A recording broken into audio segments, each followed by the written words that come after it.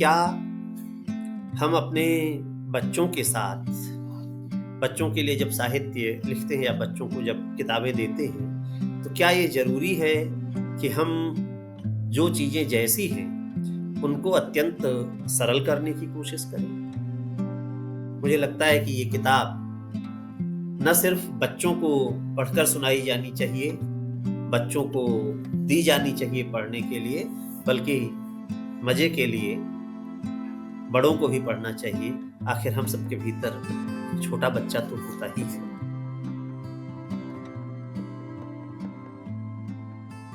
नमस्कार, मैं हूँ अवधेश और नई धारा समीक्षा के इस अंक में आपका बहुत-बहुत स्वागत है। आज मैं आप लोगों के साथ एक बहुत मज़ेदार किताब साझा कर रहा हूँ। इस किताब का शीर्षक है उड़ने वाला फूल।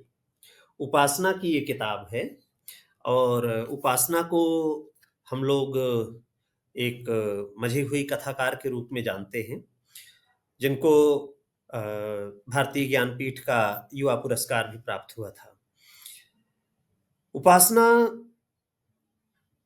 के बारे में मुझे इसी पुस्तक को पढ़ते ही पता चला कि वे एक प्रशिक्षित पेंटर और शौकिया चित्रकार भी हैं। उड़ने वाला फूल इस पुस्तक को बहुत छोटी-सी किताब है ये और इसमें छोटी-छोटी कहानियाँ हैं या कहानियाँ नहीं भी कहा जा सकता है उन्हें कुछ निबंधनुमा चीज़ें भी कह सकते हैं और या आप ये कह सकते हैं कि कई सारी विधाएँ उड़ने वाला फूल में आपको एक दूसरे में गड्ड-मड्ड दिखाई देती हैं। वे कुछ हद तक अ, फ्लैश फ़िक्शन जैसी हैं, तो कुछ संस्मरण जैसी हैं, कुछ स्केचेज़ हैं और इसका जो मतलब छपाई है इस किताब की, वो भी बहुत ही आकर्षक है और मैं अगर आप लोगों के साथ साझा करूँ, तो लगभग हर कहानी के साथ एक विजुअल आपको दिखाई पड़ेगा, एक कोई स्केच दिखाई पड़ेगा या कोई चित्र दिखाई पड़ेगा और अ, ये इस किताब को बहुत आकर्षक बनाता है, ख़ास करके अगर आप बच्चों को ये किताब देना चाहते हैं। मैं इस किताब को पढ़ते हुए 2-3 चीज़ें दिमाग में आ रही थीं। एक तो ये कि क्या हम अपने बच्चों के साथ बच्चों के लिए जब साहित्य लिखते हैं या बच्चों को जब किताबें देते हैं, तो क्या ये ज़रूरी है कि हम जो चीज़ें जैसी हैं, उनको अत्यंत सरल करने की कोशिश करें? क्या ये यकीन नहीं रखते कि बच्चे चीज़ों को उनकी जटिलताओं में जैसी वे हैं, वैसे समझ सकते हैं और उन्हें स्वीकार करते हैं, बल्कि इससे आगे बढ़कर उनको मज़ा भी आता है उसमें। दूसरा सवाल जो इस किताब को पढ़ते हुए मेरे मन में था, वो ये था कि क्या भाषा ऐसी रखनी चाहिए, जो एकदम सहज पानी की तरह बहती हुई हो? या फिर हम किसी एक दार्शनिक अंदाज में अपनी बात कहें? इस किताब में ये दोनों चीज़ें साबित होती हैं। पहली चीज़ तो ये कि कुछ भी ऐसा नहीं है जिसे सरलीकृत करने की कोशिश की गई हो। जो कुछ भी है, जैसा है, उसे उस रूप में रखा गया है। हाँ, इतना ज़रूर है कि उसे मज़ेदार बनाया गया है।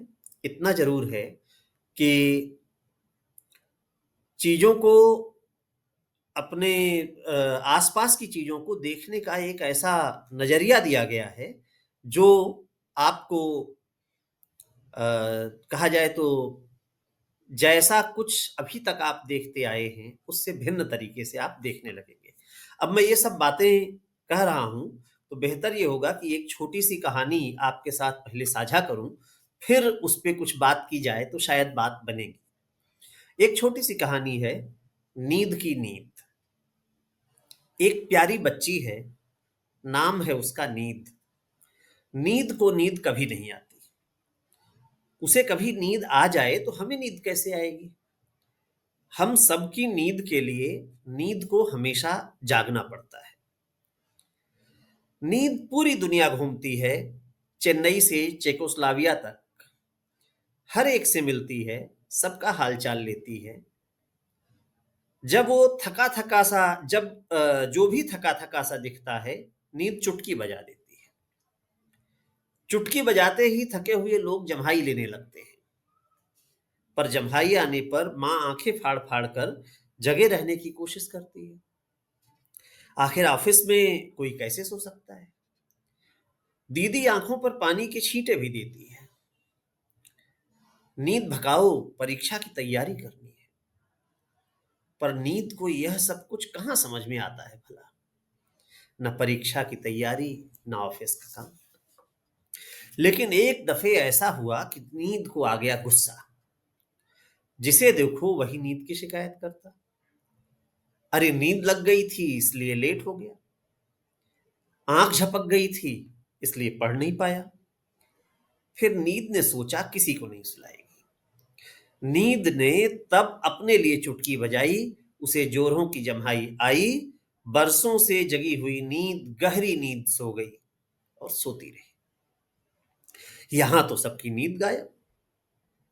कलकत्ते में कौवे कांव कांव करने लड़ने भिड़ने लगे। बंबई में बसें टकराने लगी। दिल्ली में दवाएं बेअसर साबित हुई। छतरपुर में छोटी चारवी रोने लगी। सोना है, सोना है। पर सोई कैसे? नींद तो आ ही नहीं रही।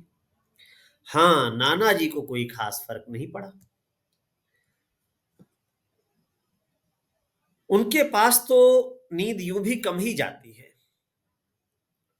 नाना जी के पास इतनी यादें हैं कि यादों को उलटते पुलटते नींद का वक्त बीत जाता है। पर बाकी लोग बहुत परेशान हुए। सबकी आंखें लाल, सिर और गर्दन में दर्द की टीसें थी। आखिरकार नींद की नींद टूटी। वह उठी खुश खुश। वाह, कितने वक्त बाद वह सोई थी। अरे, यह क्या? उसने आस-पास देखा, सब और अफरा तफरी मची थी। सब परेशान, चिड़ई चुरुंग से आदमी तक सब बेहाल। नींद बहुत शर्मिंदा हुई। उसने तुरंत चुटकी बजाई, सब जम्हाई लेने लगे। बच्चे क्लास में बैठे बैठे सो गए। माँ लैपटॉप के कीबोर्ड पर सिर रखे सो गई। बस रोक कर ड्राइवर स्टीयरिंग पर सो गया। हॉर्न बजता रहा, पे पे पे, पर उसे कोई फर्क नहीं पड़ा। घोड़ा तो खड़े खड़े ही सो गया। उस दिन से वह खड़े खड़े ही सोता है। नन्ही चारवी नींद में मुस्कुराई और तब से सबकी नींद के लिए नींद कभी नहीं सोई। अब इस छोटी सी कहानी को अगर हम देखें तो एक तो बच्चों के लिहाज से बड़ी मजेदार कहानी है कि नींद को भी नींद नहीं आती है। नींद का काम है ये। या जैसे एक कहानी है जिसमें बताई रही है कि सूरज के दो घर हैं। जब शाम को सूरज डूब रहा होता है तो अपने दूसरे घर जाने की खुशी में वो लाल हो जाता है। या सहजन की एक कहानी है कि कैसे तमाम बड़े-बड़े पेड़ों के बीच में सहजन सर झुकाए खड़ा रहता है, थोड़ा संकोची सा। तो एक लेवल इन कहानियों का ये है। लेकिन दूसरा एक स्तर और है, जिसमें ऑफिस में काम करती हुई माँ है, उसकी समस्याएँ, जहाँ उसे नींद लेने की फुर्सत तक नहीं है। उसे जम्हाई आ रही है लेकिन ऑफिस में वो सो नहीं सकती। जहाँ परीक्षा के बोझ से दबे हुए बच्चे हैं, जो नींद नहीं ले सकते क्योंकि उन्हें परीक्षा की तैयारी करनी है।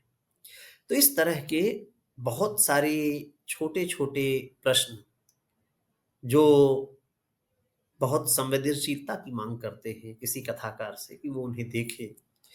ये बहुत खुशी की बात है कि उपासना अपनी इन छोटी-छोटी कहानियों के ज़रिए ये सारे यथार्थ हमारे आसपास की सच्चाइयाँ उनको बहुत मज़ेदार ढंग से हमारे पास ले आती हैं।